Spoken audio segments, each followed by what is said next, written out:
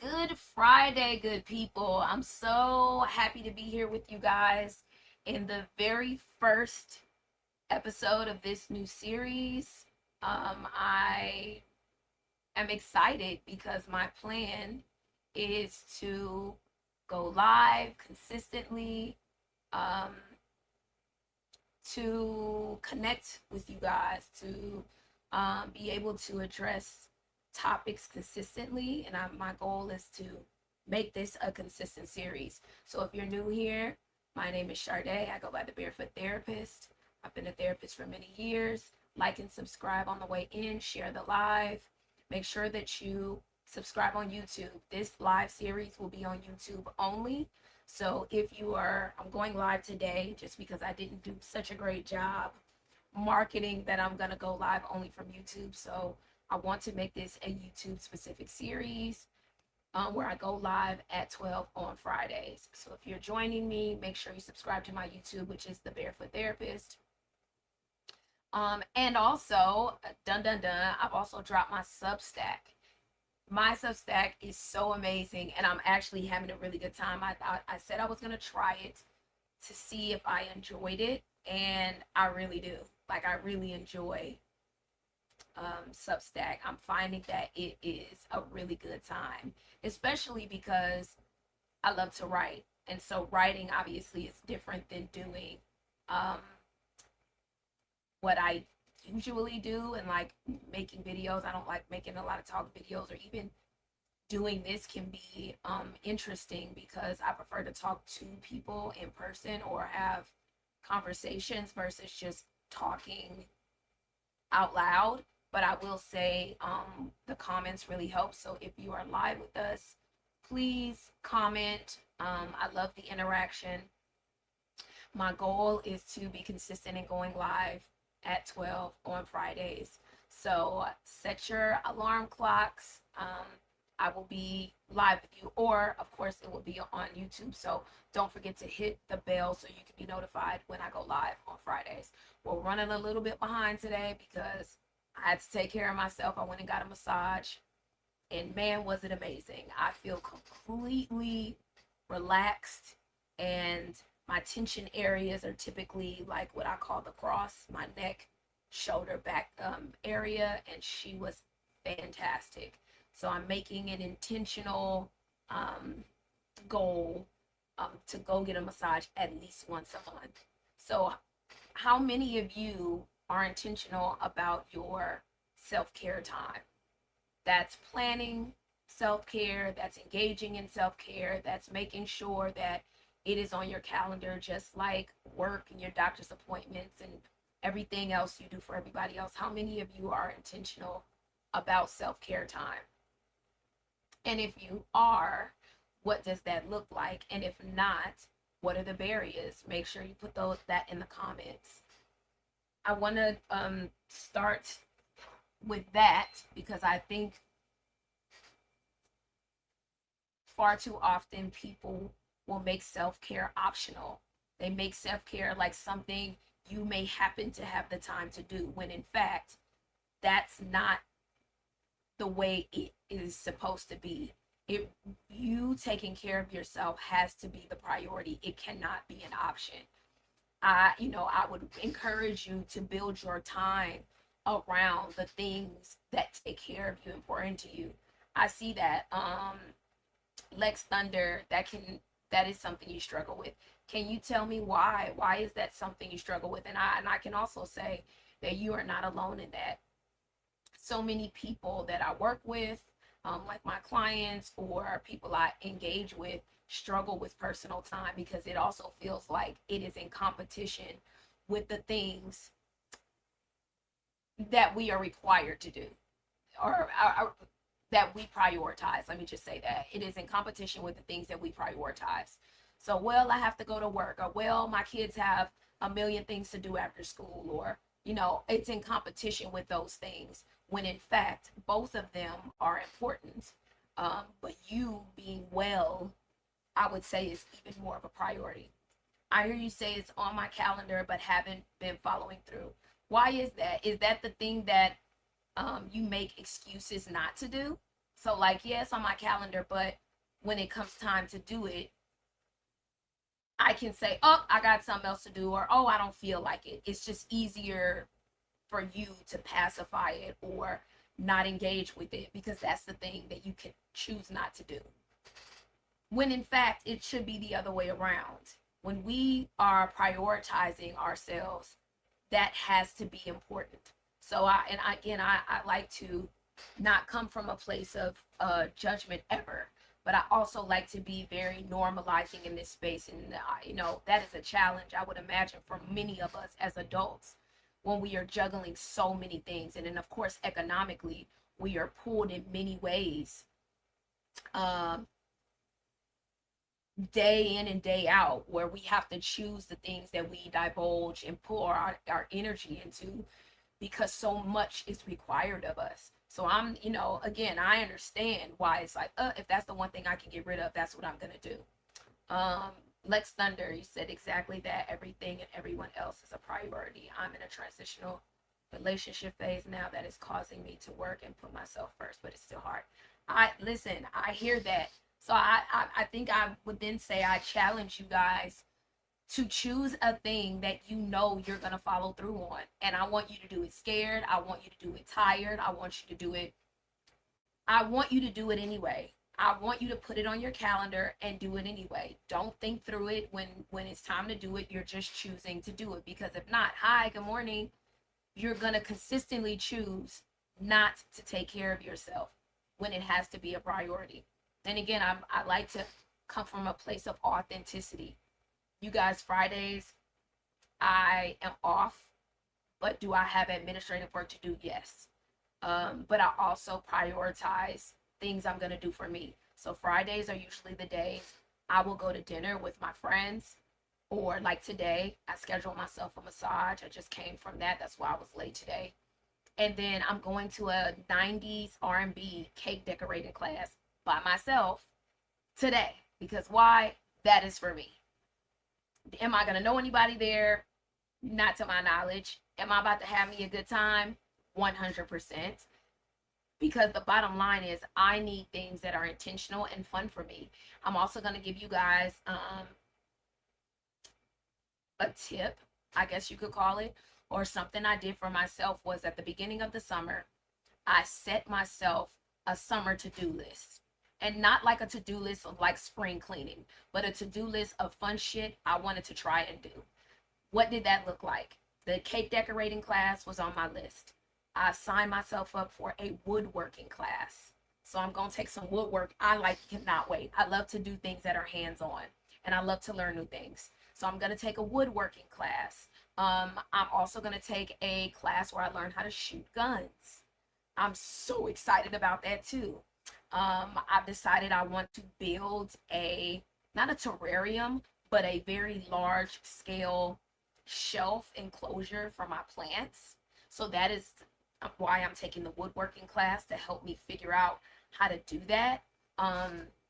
But the intention here is that I am being intentional and prioritizing things that are fun. It's not about competition. It's not about having to be the best at it or super good at it. It's not about having to have a deadline on when I need to figure out how to do something. It's about figuring out things that I like, things that are interesting, learning, exploring, finding things that bring me joy and have fun.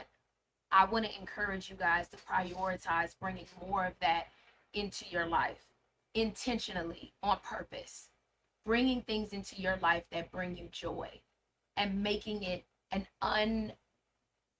that time cannot be up for discussion.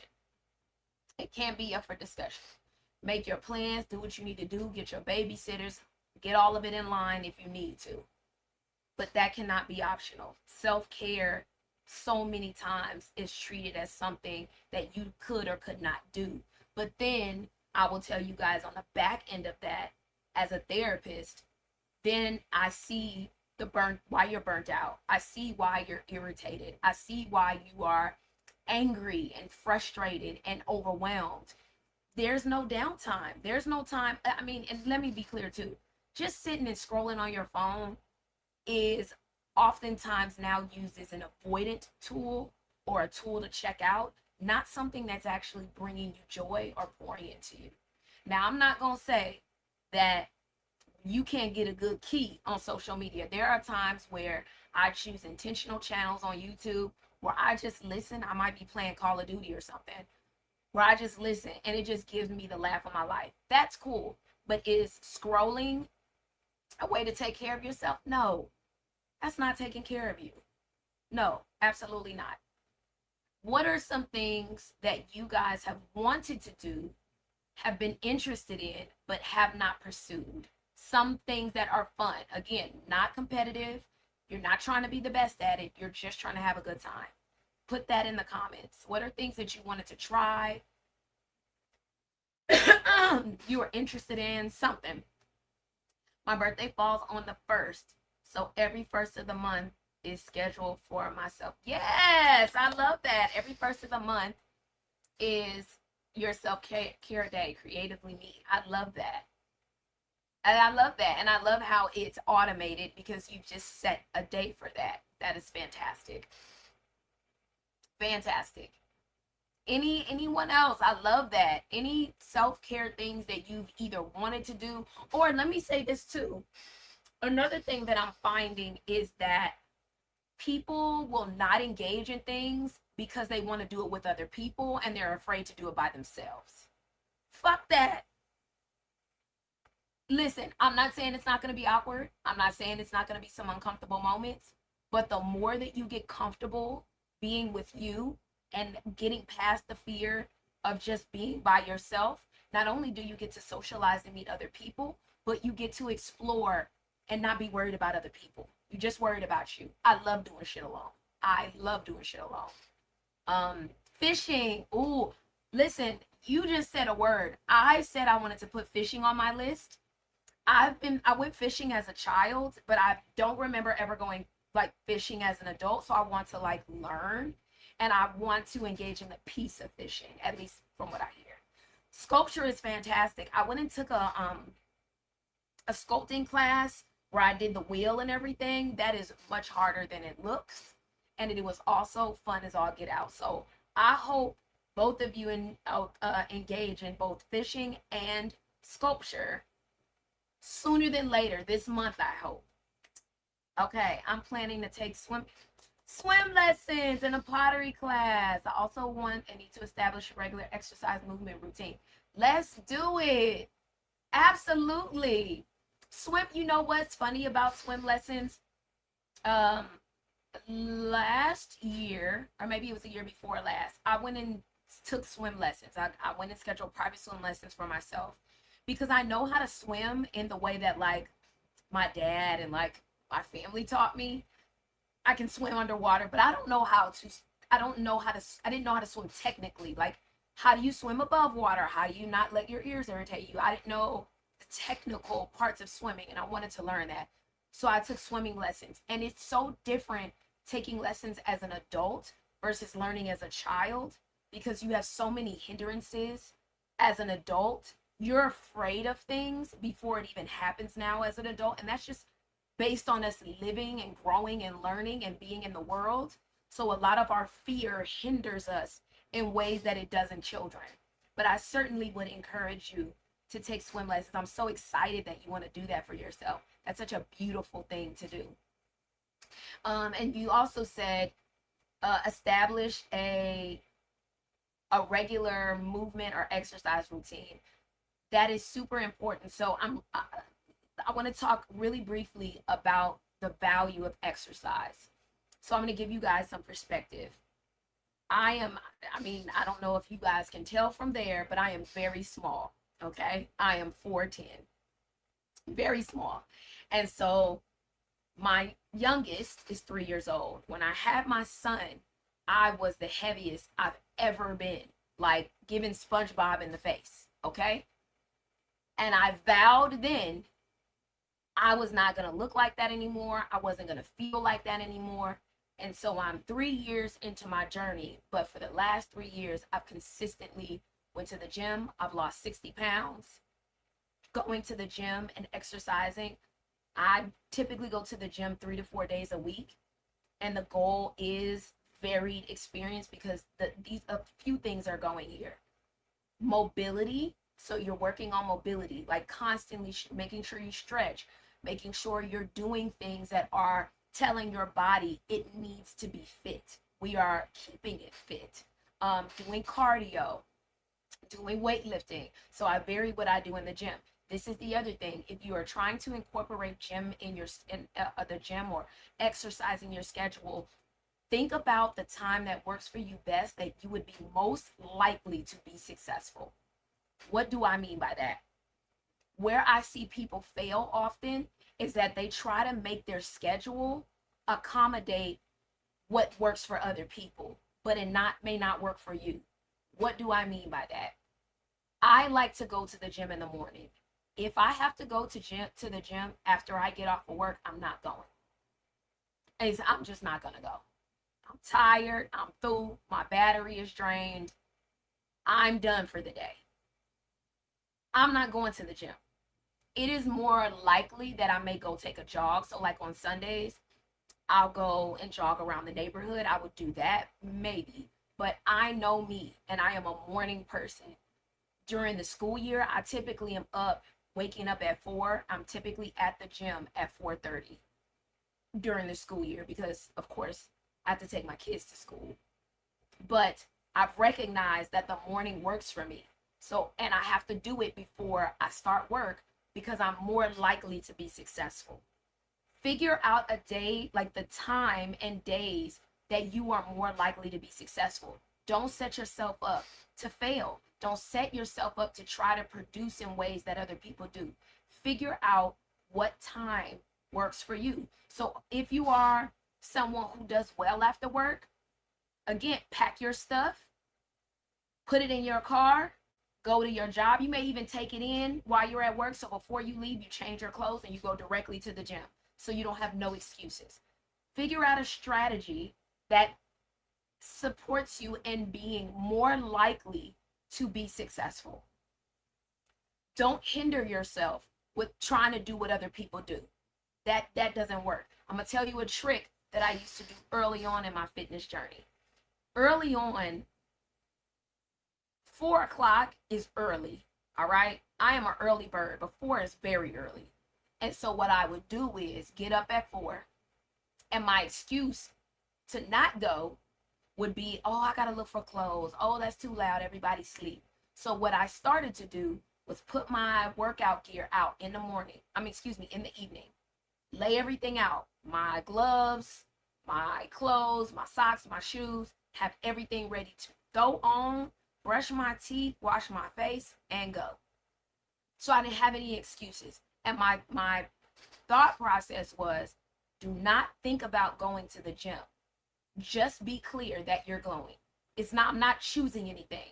Because if you leave it up to me at 4 o'clock in the morning, probably not. Because the thing is, once you get to the gym, you're already there. It's a done deal. It's easy once you get there.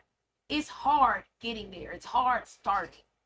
Now I don't think about it. I just get up, put my clothes on, because going to the gym is not an option. It's just something I'm going to do. Like going to work. It's just something I'm going to do. So if you're trying to incorporate exercise in your routine, stop making it an option. Make it a priority. Make it something you just do. Put out your clothes, have your schedule set up in a way that works for you. And obviously there's times where we have to flex and be flexible. But a routine is about being consistent. It's not about the nuances. We're all going to have nuances at times, but it's about the consistency. Can I keep this up? And if you can't, then it's not working for you. So if you ask yourself, what about my routine consistently do I feel a failure about, or do I feel guilty for not engaging, and why? And if the answer is you feel guilty, then what about it isn't working? Don't beat yourself up for not following through. Figure out a different strategy. Maybe the strategy that I'm trying to employ just doesn't work for me. Don't beat yourself up. It's often not about you more than it is your approach. If this doesn't work for me, what does work for me? When do I find that I am more successful and more consistent? And then focus on that. Not beating yourself up, not, you know, that's not going to change the outcome. If the goal is changing the outcome, if the goal is to get you more consistent in the gym, beating yourself up isn't going to change that outcome. You have to make some different choices and approach it with a different strategy. So beating yourself up is off the table. Let's take that off the table. Because let's be clear, you are already consistent at some things. We're not going to act like your issue is consistency. Now, I will say, I find that a lot of folks struggle with discipline. Discipline and consistency can go hand in hand, obviously. But discipline is doing it when you don't feel motivated. A lot of people get stuck on the motivation part of it. Motivation in and of itself is just not consistent. You're not going to consistently be motivated about anything. So let's not put all our eggs in that basket to be motivated, because motivation is not consistent. It's not reliable. What is reliable is discipline.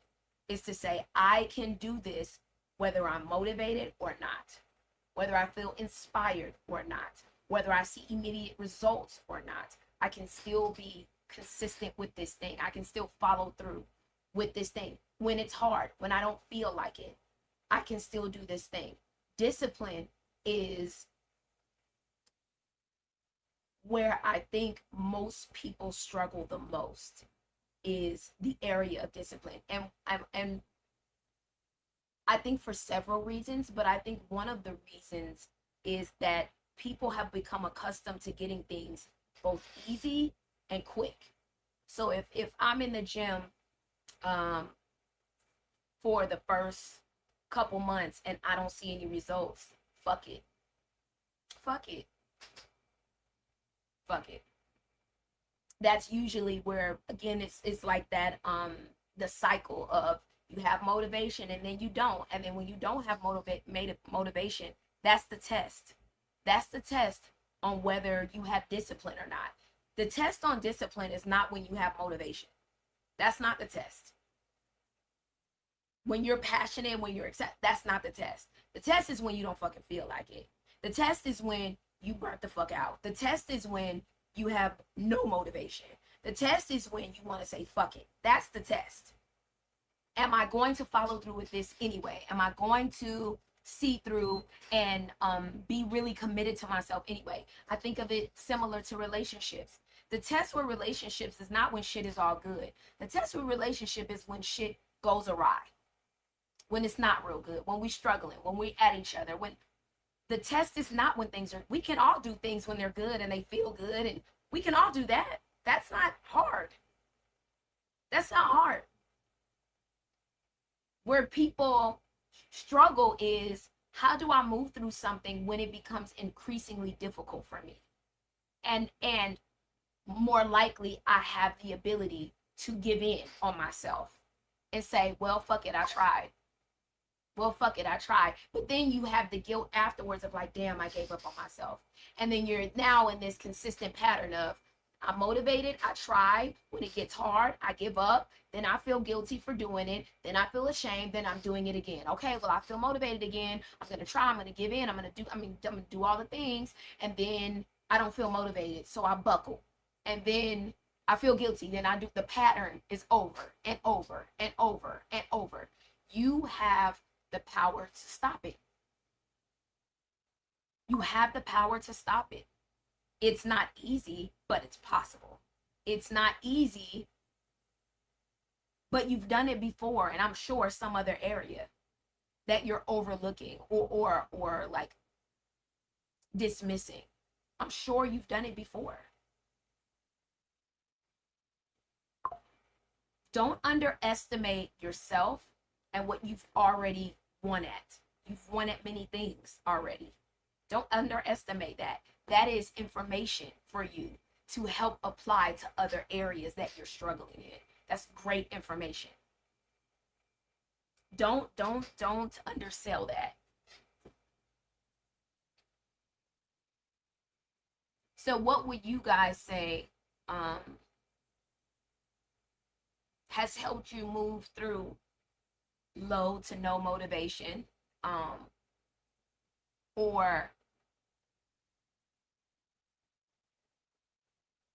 the pattern of buckling? What has helped you move through struggling with discipline and staying consistent? Because that is that's a it's a really it can be a really challenging thing to move through, but when you do, it's so rewarding on the other side. It's so rewarding for you to look back and recognize that you did it anyway, that you have the capability, that you can move through hard things, which you already can. Like, that reward propels you to be prepared to do it again in the future when it gets hard. And I can promise you guys, for me, that's parallel to business. I've been in business. It will be 9 years for us in October. 9 years. The troubles I've seen in 9 years of business, the dips, the lows, the amount of times I wanted to quit and close this shit down, the amount of disappointments, the amount of times I've fucked up, the amount of times I've like mismanaged, the amount of times I wasn't the leader I wanted to be, the amount of times I just wanted to say literally fuck it, the tears, the crying, falling down the wall, like the amount of times. But I look back at all of those moments and it propelled me forward. It propelled me forward because then I had to decide, are you prepared to give it up? Or are you prepared to move through? And if you're prepared to move through, giving up is not an option.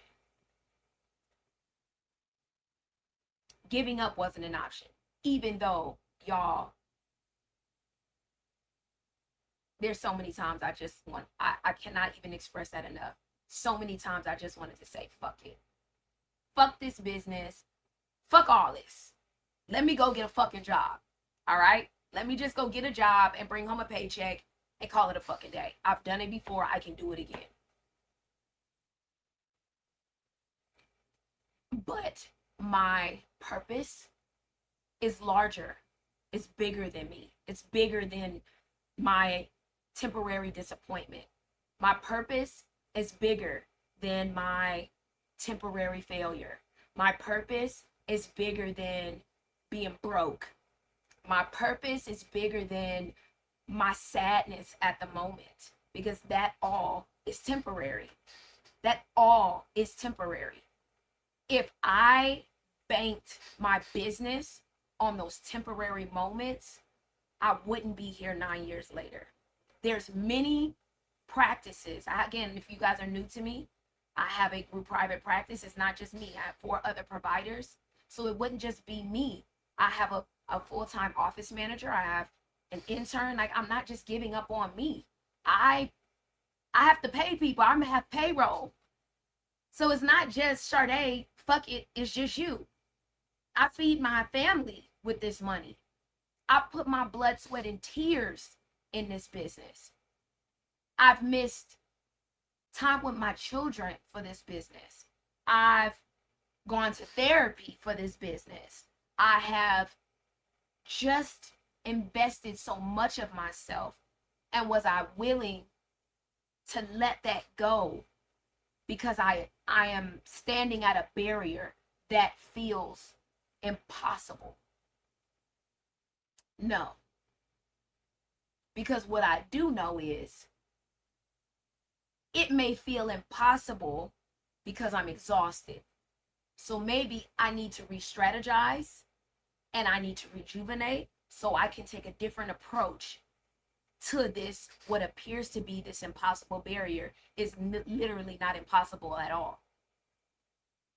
I just needed a moment, because that impulsive desire to quit is a temporary fix, not a long-term reward.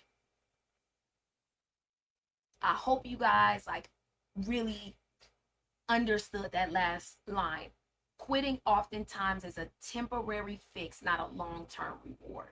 And if I am looking for the long-term reward, and my goal on my vision board on my phone is that I am going to be a multimillionaire, that's not an option.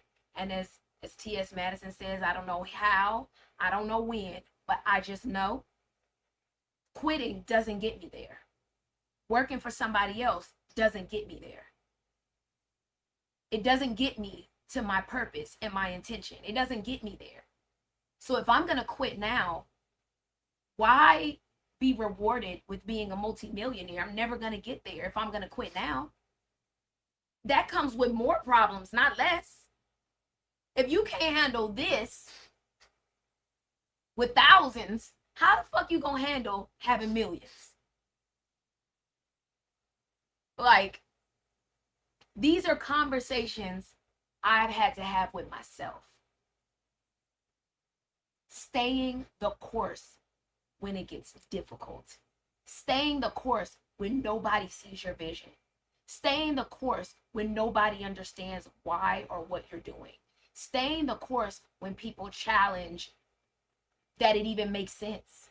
Staying the course when people don't believe in you. Staying the course when family and friends don't support you. Stay in the course when they don't understand why you are continuing to push, even when it looks like you're not benefiting at all.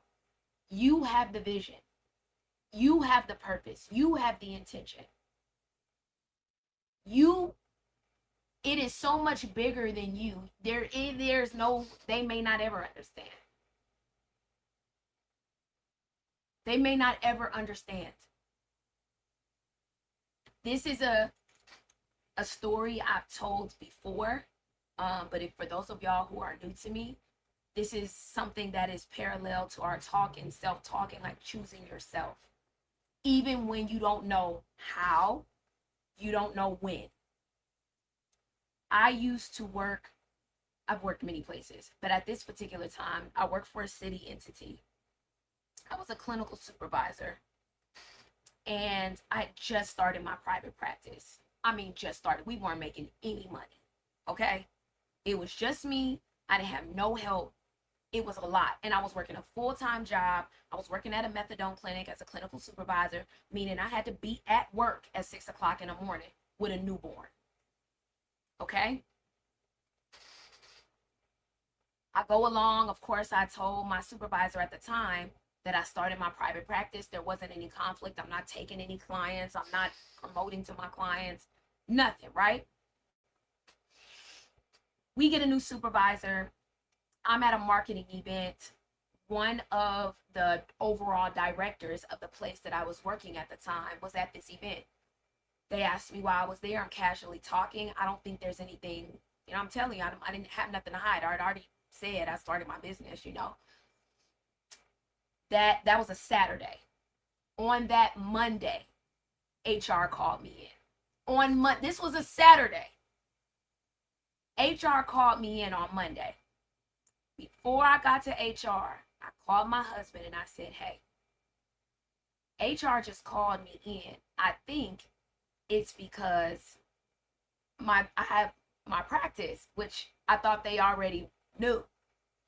And he said to me, if they tell you to close your business, it's okay to quit. I'm like, mind y'all, we got benefits, we got a newborn, my business isn't making money. What the fuck? What? Okay, all right, cool. And they were already mad because I requested an increase because I'm working hard as fuck and you're not paying me enough. And they had come back and wanted to challenge my request for an increase, saying, well, if we give you an increase, you'll be making more than the managers here. That's not my problem. The managers also can't do what I do. That's not my problem. So they had we had all had this whole fight. They just gave me an increase. Called me into HR. I bullshit y'all not. Called me into HR. It's my new supervisor, it's the HR manager, and it's one of the directors, not the one that I spoke to. So we heard that you have a private practice. That's a conflict of interest. So your options are to close your business, or we're going to have to fire you.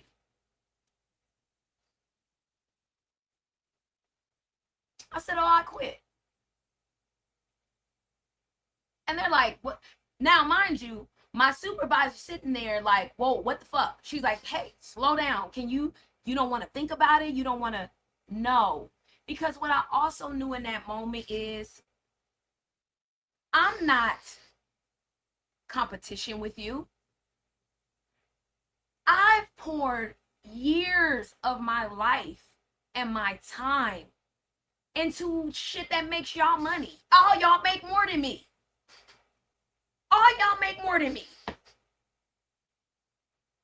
But because I'm doing something for myself that, again, is in no conflict with you. I'm not marketing. I'm not taking clients. I'm not doing work. You want me to close my business? Yeah, no. I quit. You don't, if you just move it, I'm not moving it no motherfucking where. Like, I'm not moving it nowhere. I'm not closing it. No. And I said in that meeting, this is a slap in the face considering all the shit I do here. You can't replace me. There is no me. You can't replace me. But since this is where we are, and you are wanting me to choose between something I'm doing for myself and my family that doesn't interfere with your business at all, but because I have it, you want to take it away from me. I quit. Are you sure? Fuck yeah, I'm sure. Now, did I cry in the car? Hell yeah. I ain't got no money. I didn't have no money. I didn't. Yo. I was fucked. Like, let's not act like I had this, like, savings or, like, nothing. But what I knew, listen. This is where trusting yourself, this is where being confident and believing in yourself, your abilities, your talent, and skill. This is where esteem, this is where all of that is where the rubber meets the motherfucking road. And I'm going to tell you what.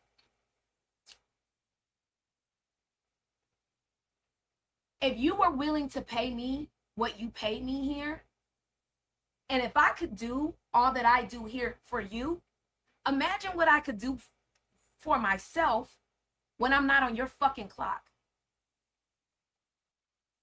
Now, I ain't got no money right now.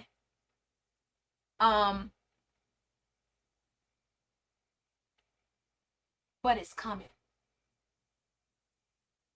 I cried in the car. I was devastated. And this is why I also don't give a fuck about other workplaces. And I've literally written resignations in crayon and drew pictures. I don't give a fuck, right? Okay. This is why.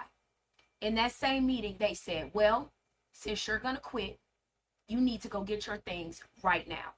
You are done as of right now today. So I didn't get to close with my staff. I didn't get to close with my clients. I just had to leave. Mind you, this was at the end of the day. Most people had already gone home. So I'm just leaving. And nobody's going to know other than the whispers people will hear. You don't even give me enough respect to let me close. No.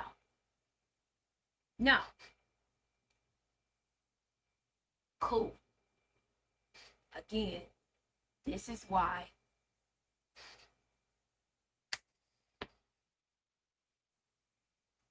that day, We are now 9 years later. I did what I had to do. There was immediately after where I drained my 401k. I got an office suite. I got an overnight job doing admissions at a behavioral health hospital. I did what I had to do. And everything worked out because it always was going to. I didn't see it at the time, but I knew. I just had to stay the course. I had to believe in me more than I was devastated about this fucking job. And that is hard when you have so much on the line. You have so much on the line. That is hard. But everything worked out. Prioritizing yourself is not an option. Making you and being clear about your purpose, clear about your goals, clear about your intentions, clear about your priorities, that's not optional. You get what you invest in. You get what you manifest. Are you doing the work? 9 years later, I have 4 contracts. I have 2 grants and 2 state contracts. I am constantly applying to new opportunities. I've made more money working for myself than I ever made working for other people. I make my schedule. I've traveled more. I've laughed more. I've cried more. But it has been a journey that was required of me to get what I asked for. To get what I asked for, this journey was required. That moment was one of the best things that ever happened to me. I did not know it at the time. It didn't feel good at the time, but it was one of the best things that ever happened to me.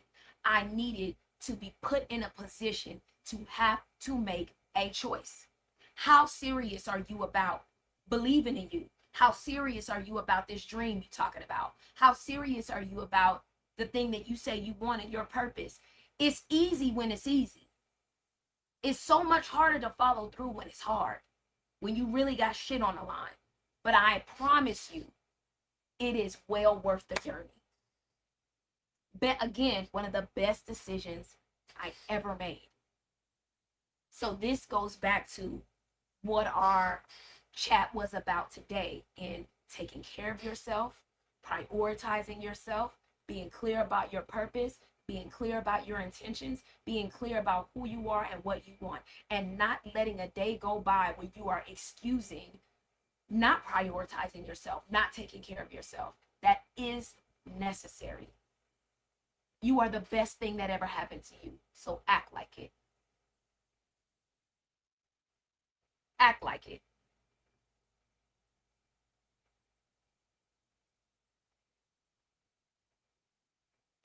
My goal with these lives is to connect with you, to be a supportive space and resource. My goal is to go live every Friday on YouTube. I'm going to start with going live on all mediums for now, for maybe the first couple, because I didn't do a good job of marketing that. But I will be going live every Friday at 12 on YouTube. Every week is going to be a different topic. If you have ideas about topics, DM me, like inbox me. I would love to hear your ideas. But I'm going live every Friday on YouTube, and I appreciate y'all for being here. I appreciate you guys for taking out the time to listen. I'm sure you're doing whatever you're doing that it is important to you. So spending time here with me is really valuable to me. So again, I'll be live every Friday at 12. If you haven't gotten your spot for the retreat, there's still spots left. We're going to Costa Rica in 2027. Excuse me. So please get your spot. The link is in my bio. I put the link here too.